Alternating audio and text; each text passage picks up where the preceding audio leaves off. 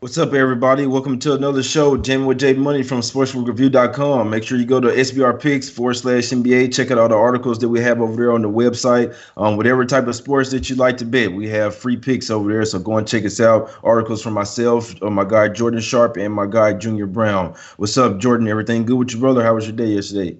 Yeah, good. I didn't make it a play yesterday. I took a page out of your advice and wasn't feeling anything that well, except for the Rockets, and I felt really bad about that through three quarters, and then Los Angeles pretty much took care of those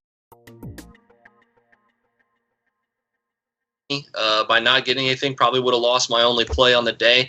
But a couple of great basketball games. That was another one of these 2 game slates that have been just absolutely tantalizing for four or five straight hours. Congrats to the Heat. I thought the Heat were going to blow it at the end of that game. To be honest, they were a little shaky down the stretch, made some boneheaded plays, but they ended up getting it done.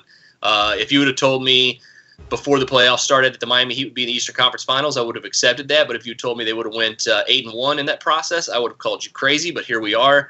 And then obviously, like I said earlier, the Lakers just a strong second half to that one. Pretty much been their MO all playoffs right now is to kind of mess around a little bit in the first half and to come out and just blitz you in the second. And held Houston to 38 points in the second half, so that was pretty impressive as well to ruin the Rockets' bets last night. But sorry about that to all those who were on that. But what about you, Junior? How'd you end up? Yeah, just the one play. Rockets -5.5 cover. I was getting a little nervous at the end there. It was a little too close for comfort. I mentioned yesterday that I thought Tyler Hero had star potential, that I think that he could be a really good player. He kind of showed. I didn't expect him to take such a leading role yesterday, but he played the second most minutes on the team after Jimmy Butler, and he was just balling. Like, his stats may not look crazy if you didn't watch the game. You just look at the stats. I think he was like 14, 8, and 6.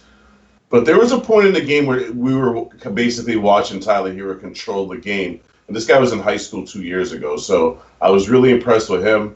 Miami has a lot of potential moving forward, not just this season, but for the next couple of years, the way that organization is run. So I was just happy to see them cover and get these. What did the Bucks say? Fear the deer? Guess what, Milwaukee? When the deer plays like Bambi, ain't nobody scared of them. So get them the F out of here. Glad to see Miami move on. And we'll see what happens today. And as for the Lakers game, the Lakers defense looks like it's kind of figured the Rockets out. But it's hard to say that because the Rockets just got to get hot from three, and they could be right back in this series. So I'm not going to count the Rockets out yet, but I'm going to just say I'm impressed with what I'm seeing from the Lakers. Playoff Gotcha. Rondo is in the building. Playoff Rondo deserves a lot of shout outs today.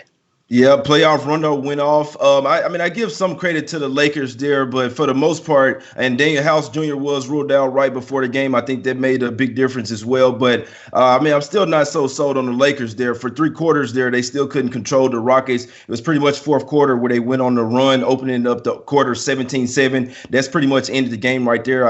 Honestly, I can't believe they let the Rockets hang around in their game with three quarters, especially without their sixth man out there. It was a huge loss. It was surprising to see them still stick in there that long without House and had a chance to win the game there. But obviously Russell Westbrook late in the game once again. But the Lakers, I mean, they brought the defense there in the fourth quarter, got the win 112-102, got the cover for their backers there, and the game went under as well. Looks like it was going over there in the first half, and then that 39-point third quarter is what really killed the overs there. That's why I don't play totals, man. That's exactly why. It's looking like it's flying over. Then you have a terrible second half, you know what I'm saying? And it goes under. And then the Heat, yep, they can. I know the Bucks got their ass killed yesterday, man. Everybody and their dog was on the Heat. Congratulations, guys. The Bucks. They had a good first quarter, 28-19, and then the Heat put the clamps on them, 33-18 in the second quarter, and then the second half was pretty much just a wash. We knew that the Bucks probably gonna be ready to go to the house. Be interesting to see if Giannis will stay there. The Heat get the job done. Both favorites cashed yesterday, and both unders come in yesterday. Man, let's get to today's cash. Today we got the Raptors. We got Toronto. I'm not calling them the Raptors. We got Toronto versus the Celtics, and we got the Clippers versus the Nuggets here, man. The Toronto opened up as 2.5 point dog, now sitting at 3.5. Be interesting to see where this line goes. We know it's a bit of injury news with Ibaka there. With anything on this game, Junior? Honestly, no. I can't trust the Raptors clearly. So if you're putting a gun to my head, it's Celtics or nothing. I said Celtics in 6. I kind of flip-flopped after Game 4 because the Raptors actually played decent. Pascal Siakam had a double-double, and then he turned back into a hoe in Game 5. I mean, he had 10 points, and more importantly for me, when you're supposed to be a star player, the best player on the team, and you have no free throws in a playoff game, you're not ready to play. You want no parts of that. And if their supposed best player ain't come to play, I can't possibly back these guys. So it's Celtics or nothing. And the way this series has been going, I'm just a little bit nervous backing the Celtics at anything more than 2.5. So that's just kind of why I'm off it. I'll probably just end up live betting this game, but it's a stay away for me. Got you. What you looking at in this game? Jordan, total opened up at 210. Looked like it's down to 209.5 at some spots. Still 210 at Bet Online. Any look on this one, and any thoughts on the spread? Yeah, if you do bet the Celtics, I think I would probably be more comfortable with them in the first half or the second half. But you guys are right. I mean, if we can't get Pascal Siakam off the milk carton and into the game, like they're dead in the water like they were in game 5 here. So definitely can't. I'm kind of a junior. I can't really touch the spread in this one. I was thinking about the first half total, and it was only 102.5. And I was looking at it last night. I was thinking that seems a little low, and that seems to be what happened because it shot up 3 points overnight. But like you said, the total for the full game has gone down a point, so it's very confusing line movement here for these first half and full game totals. Just kind of leading me to do what I did in Game 5, and just it's hard to find a play in this kind of grinded out series. You want to bet the under. That seems to be the play here with the Raptors in a do or die situation, the Celtics in a closeout spot here, but with the lack of Ibaka, that really could limit Toronto's effectiveness defensively and their their ability to throw different lineups out there with Ibaka not in there potentially. So a lot of things leading me to just stay away from this game. I could potentially lead that first half over here because I think it could be a little jittery, maybe some turnovers and some fast breaks here early on. But it's nothing I'm making official today. Just kind of a lean at this point. Got you. Jordan, I was going to ask you, what do you think if Ibaka is ruled out? What do you think that'll impact the total and the spread, my guy?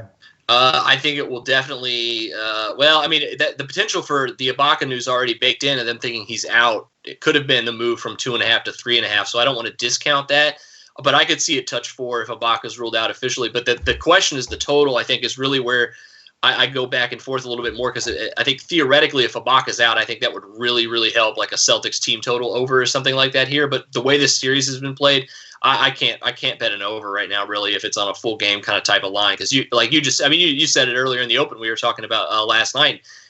Things could be going well for 2 quarters and then you come out of halftime and just throw up a complete dud. It could ruin everything. So it's probably one I'm just going to end up staying away from tonight. Got you. What you think? What you think in this spot, Junior? And I agree that Ibaka is probably already baked in as far as the spread wise, the total. You know why that's coming down. Every game so far in this series has went under. Every game, so 5 games have went way under pretty much. So what you think in this one, Junior? If Ibaka is happen to be ruled out, what do you think? You think that helps the over and under, or where do you think that goes with the spread? I mean, my lean is on the under for a couple of different reasons. There's only been one game in this series where both teams cracked 100 points. Let's start with that. The total I think is 210, if I'm not mistaken. The most points scored in this series is Game 1 was 208. No other game has come close to 210. The other thing is Marc Gasol looks like a corpse.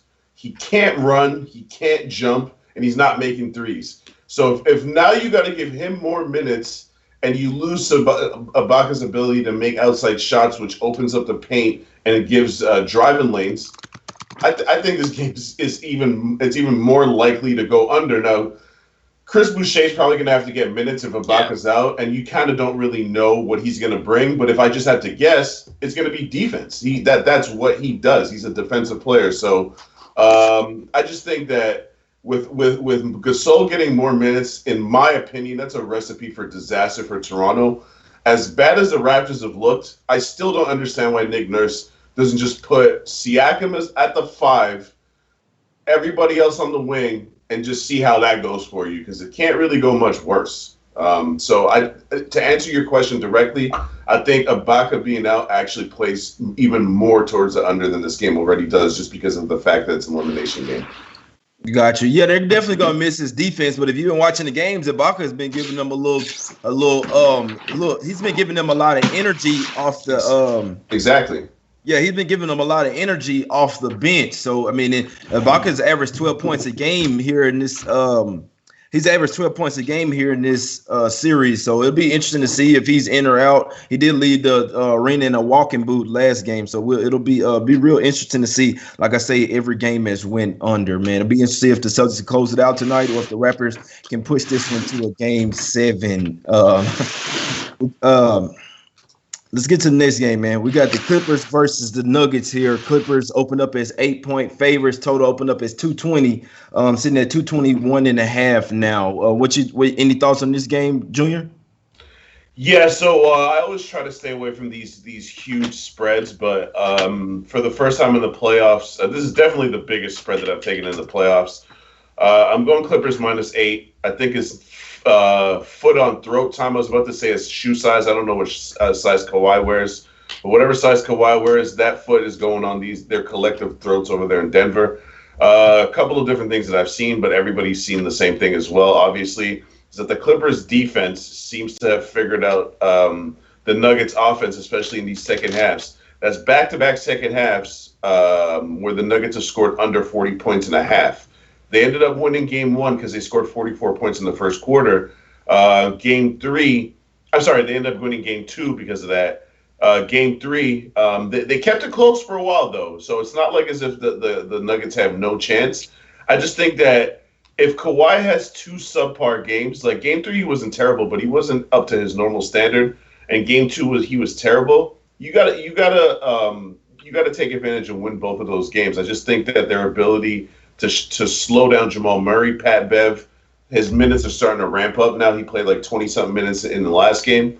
I just think that it's going to be really hard for Denver to keep up with these dudes. And just from a psychological perspective, if the Clippers lose this game, to me, this is a 7-game series. Whereas if the Clippers win this game, it's over in 5. Like I said before the series started, I still firmly believe that the Clippers end this in 5, and they send a message tonight. So as much as it hurts me to do it, I'm going to lay the 8 points with the Clippers because I really feel like they're about to check these boys in the SmackDown Hotel tonight.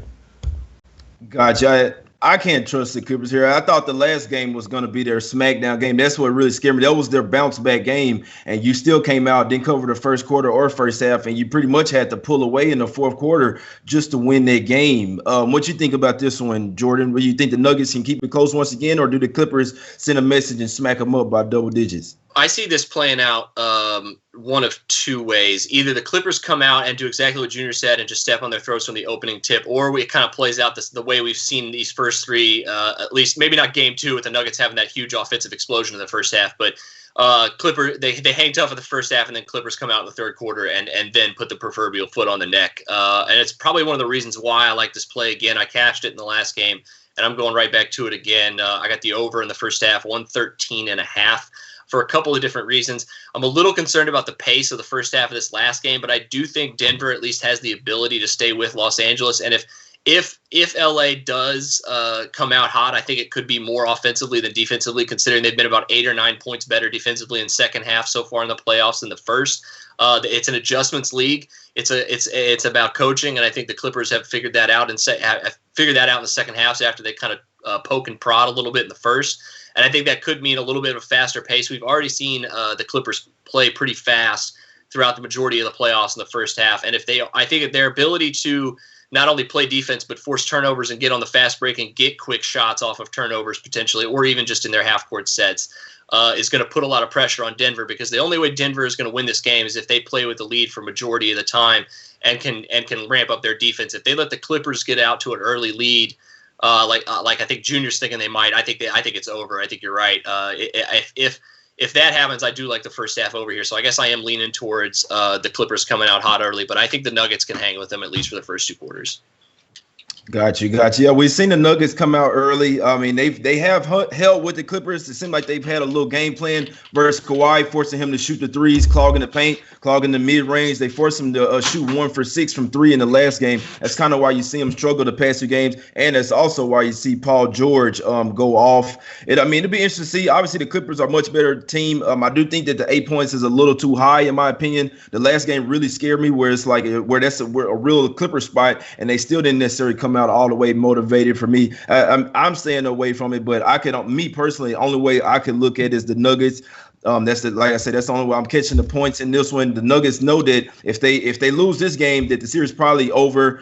We know they're gonna be going all out to tie the series game too. You're getting 8 points. Only way I can look at it is the Nuggets and the Clippers. They still don't seem the defense there, but offensive they don't always seem there to me. The Nuggets, ever since they got Gary Harris back, they have seemed to start playing a lot of defense. So I'm not saying the Clippers won't win, but it is a must-win game for the Nuggets here, and they're getting 8 points. That's the only way that I could look at this one. Any closing thoughts about that? Any thoughts on the total, Junior? On the total going up from 220 to 221.5. Do you agree with that? I actually lean under because, like I said, just from watching these last 2 games, I just think that the Clippers, for whatever reason, the Clippers always start off in the first quarter really like lackadaisical. The defensive effort, especially, is always, it seems to be missing. So I like Jordan's play on that over in the first half, but I just think the fact that they've shut them down in 2 consecutive second halves is not a fluke. Denver runs that high. They're one of the only teams that runs that high post dribble handoff where they have all these different options coming off curls and stuff like that. And I just think that the way that the Clippers wings are able to chase and get around that, Jokic could go off, but I just don't think that the rest of the guys, other than Jamal Murray, have the ability to exploit the Clippers defense with this offense that they're running. So it favors Jokic, but I don't like it for anybody else. What we saw against Utah was more Jamal Murray handling the ball, high pick and roll for him, and just kind of see what happens. They've kind of gone back to their regular offense with Jokic in this like high dribble handoff thing, and I just think that for the Clippers, it seems like they don't have any worries defending that whatsoever. And if the Clippers defense is clicking, their offense can explode at any time. I only worry about the Clippers if they're not playing defense. If I see them playing defense, because trust me, Jay, I agree with you. This spread, if it was accurate, should be Clippers minus like 5.5 maybe. 8 is a really high number. I just think that I'm going more with the spot where the Clippers got to take out of Denver's eyes. You just watched them come back from a 3-1 deficit in the last round, so you know they're not going to just give up. You got to beat them into submission. So I'm going with that angle where I just think the Clippers got to send a message here. Got you. Would definitely be interesting to see if Michael Porter Jr. continues to step up, because if the Nuggets bench keep up with the Clippers bench, you'll see them hang around like they did in game. Like I said, game 3 really surprised me, because there was this spot where even against the Mavericks, the Clippers come out and win by 20-some points. And I don't know about you guys, but the Mavericks are a better team than the Nuggets, especially offensively. So it just really scared me there with that. The Clippers didn't come out there and smack the shit out of them after losing to them. You gave up 44 points in the first quarter, and you still come out lackadaisical in the first quarter, in the first half. I just don't understand that shit, man. They could turn it around here. Anything can happen, but this bullshit, I guarantee, man, sometimes you never know what you're gonna get with some of the better teams, and that's what really throws you for a loop. Any last thoughts on this one, Jordan? Do you agree with the total going up for the full game? The full game is a little questionable to me. I think the first half movement is much more explainable, because this is one thing I forgot to mention earlier when we were talking about, or when I was talking about this, is the Clippers, so far, it's a small sample size, 3 games in this series, obviously. But the Clippers and the Nuggets have played each other at about 120 points per 100 possessions each on offense, and obviously on the flip side of giving up that many points in the first half on defense. In 3 games so far in this series, though, in the second half, the Clippers are only allowing 91 points per 100 possessions. So like a 30-point swing from their first half defense to their second half defense. And then they're only scoring about 105 during that. So, things just completely have flipped from first half to second half in this. So, another way to look at it here, other than maybe the first half over, is kind of to hope that the Clippers don't kind of step on their necks from the first minute, and maybe the Nuggets stay within a few points, maybe even cover that first half spread. and then you just hammer the Clippers in the second half, because that's seemingly been the formula so far through this series. It may be again here, especially if the Nuggets hang around there. That second half Clippers line could be pretty juicy. Got you. Be interesting to see. I'm gonna be watching this game closely, man. We do got he ain't my boy, but the guy Scott Foster in this game, man. But we know it's not, you know what I'm saying, not necessarily. He a big Lakers fan. I don't know, we don't know about with the Clippers and the Nuggets, but he is in this game. Always something to be worth noted, in my opinion. I don't give a damn what nobody say. Chad, you go and look at the stats, man, and you get this. Scott Foster with the Lakers. Even some Lakers fans last game was like, is that Scott Foster I see? Hey, I appreciate you, my guy. I'm glad that you're on our game. We appreciate it. We need you more often. Do we want to see you in the finals? You know, you want to see you in the finals. But any closing words, Jordan, or anything you're looking at towards tomorrow? Any closing words on this Raptors Boston look, my guy? I'm kind of rooting for 7 games in this series, so I kind of want to see Toronto win this one, but I'm not going to be betting on them for sure. But I always root for 7-game series. So. And I kind of am going to start standing for the Heat a little bit more now. So I guess I'm rooting for this series to go long as much as possible. And then my official today, over 113.5 in this Clippers and Denver game, hoping for a fast pace, high-scoring first half, followed by some defense in the second. So also maybe looking into that second half play on the Clippers as well. We'll see how that works out. Got you. So what if it go to Game 7, Jordan? Who you got, my guy? If the Raptors do win tonight and they go to Game 7, who you liking? Boston. I like Boston. I think it's a Game 7 situation. Yeah, I wouldn't mind the games. I'll have a very large wager on the Celtics if this one goes to Game 7. I'll tell you that. Five figures. I can tell you that for sure. And when then they ain't losing, they not losing. So I wouldn't mind seeing Game 7. What you got, Junior? What you got, my guy? What you think about any closing remarks on this Raptors Celtics game? The only way the Raptors stand a chance in this game is if they get to the free throw line at least as much as the Celtics, if not more. The Celtics are making 20 free throws a game in the series. The Raptors are only attempting 19. So the Raptors are also shooting 41 threes a game and only making like 31%. So if you're not going to make threes and you're not going to get to the line, we don't even need analytics. You can't win. It's not possible. So they just got to be more aggressive. And when I say they, I'm talking about one dude. You got to get to the line, bro. You got to go inside. You got to take shots. You can't look like a pedestrian. I'm sorry to keep putting it on one guy because obviously it's not all up to Siakam, but I've said this repeatedly. If he plays decent, they win. If he plays like trash, they have no chance. You wouldn't expect the Celtics to win this series if Jason Tatum plays like trash. Stars got to step up, and Pascal Siakam is clearly nothing close to a superstar. At this point, he should have his All-Star selection revoked. They should revoke his I'm being dead ass. They should revoke his All-Star selection the way he looks right now. So he can make up for all that with one good game today. And force a Game 7, but I just don't see it. He looks like he has that look in his eye, like he's like afraid or like confused or something. Like he just he's looking for Kawhi or something. Yeah, he don't look right. He don't look right. So I want to ask you, Junior. I got a question. Do you think last game was a fluke? Do you think that that's how these two teams really are messed up? Like whenever the refs ain't in nothing else. Do you think that game was a fluke, or do you think that's really how? Because we saw it in Game 1 and in Game 5, the Celtics just absolutely annihilate them boys. This is twice now, and a time in the seeding games too. So you think that games? That's my capping on this game. It's either was last game a fluke, or when Celtics really come to play that they can blow the Raptors out? I don't think it was a fluke. I think that Toronto has a problem where in a lot of games they kind of like live and die by the three. And I understand kind of why they play that way, because usually they're better defensively than the team that they're playing against, right? They're the number 2 defense in the league after the Bucks. But the Celtics are the number 4 defense. And if you're asking me whose defense looks better, the Celtics defense looks better. Brad Stevens is out coaching Nick Nurse. And I think that Nick Nurse is going to have to figure out a way. Like I said yesterday that Nick Nurse is getting tired of Pascal Siakam. He's like, I don't know what's wrong with him. Guess what, Nick Nurse?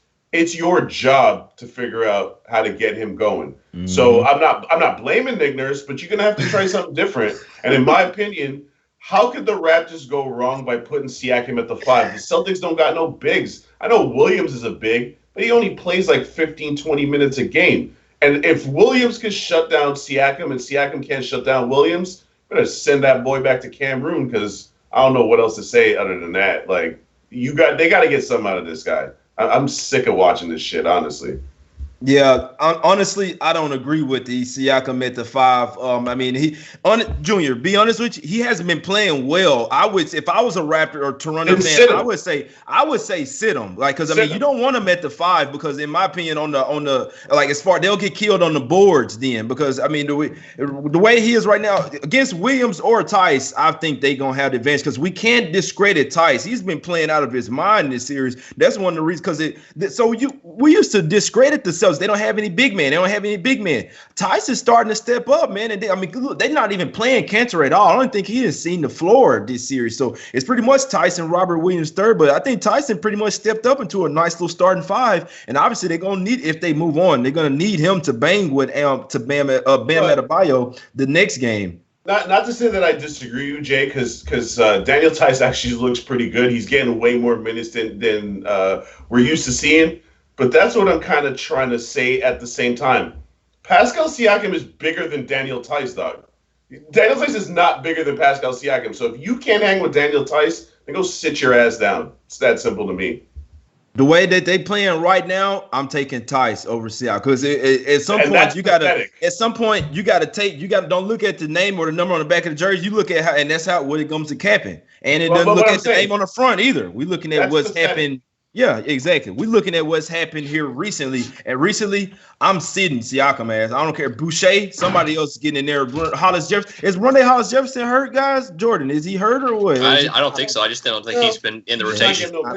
Yeah, he's not playing. Yeah, so. But I agree with you guys. I think the Siakam versus Tice matchup, though, is intriguing for the Raptors in just this instance of they can pull Tice away from the basket and Siakam can actually show up and get some driving lanes and get some kickouts and maybe start making some of those open threes. Then Toronto has a formula to win this game. The question is Siakam going to get, put his big boy pants on and show out here, or is he going to be talked about all offseason about how bad he performed? It's really kind of it's a career-defining night for him in almost a certain situation. It's like you can't really call outside of winning an NBA championship. I would say this is it for Siakam in terms of big games and how much people have been talking about him here. So I mean, it's Russell Westbrook showed up at least in the first half and three quarters last night. So I mean, we'll see what happens with Siakam. Exactly. Yeah, well, it'll be interesting to see, man. I mean, I never would talk anybody out and making an in-play. You watch the game. If you got an online account, you can always in-play, man. You don't have to force a bet before the game. Be interesting to see how Siakam looks tonight. Be interesting to see if they start Gasol. He's a non-factor. While Gasol's out there, I'm pretty sure he has a negative plus-minus on the series. He just looks terrible. He's way too slow. It may have been eating a little too much, man. Here goes. I don't know, bro. I mean, I used to be a fan of Gasol, both of them, but the time is up, man. This should be your last year. You need to go back to Barcelona and go chill with Messi. He got to lose some pounds, bro. You starting to get a black girl butt out there, man. Like, I don't even try to look at your butt, but come on, it's just there, bro. You can't even watch it, but come on, man. Let's sit your big butt ass on the come on, Big Bird. Sit your ass on the bench, man. But that's the two games we got today, man. Obviously, we're going to be back tomorrow. You know what I'm saying? My guy Jordan liking the first half over in the Clippers and Nuggets game, and my guy Junior liking the Clippers. They're -8, man. I'm leaning the Celtics, but I don't know. I mean, the spread is starting to get up there to 3.5. Might be able to in-play and see if the Raptors should start off early and then might get a better number with the Celtics there. But if the Raptors don't start off early, it's going to get ugly again. So it'll be interesting to see if the Celtics bring that same intensity that they did last game. And one more thing I want to mention, they put Marcus Smart on Kyle Lowry, and it really seemed to bother them. So I know the main riff we got today is Tony Brothers. I got to look and see, you know what I'm saying, what's his track record with the Raptors, if he going to be helping them out, because I don't care what nobody says. You still got to be looking at this stuff because these refs be out here helping people out. But Tony Brothers is the ref in this game tonight. Be interesting to see if Ibaka plays as well, man. So we got to go ahead and get out of here today, man. But we will be back tomorrow. Y'all hit the like button and subscribe if you like the content. Go to SBRpicks/NBA. Check out all the articles that we got. And come back and holler at us again tomorrow, man. We appreciate y'all for jamming with J Money.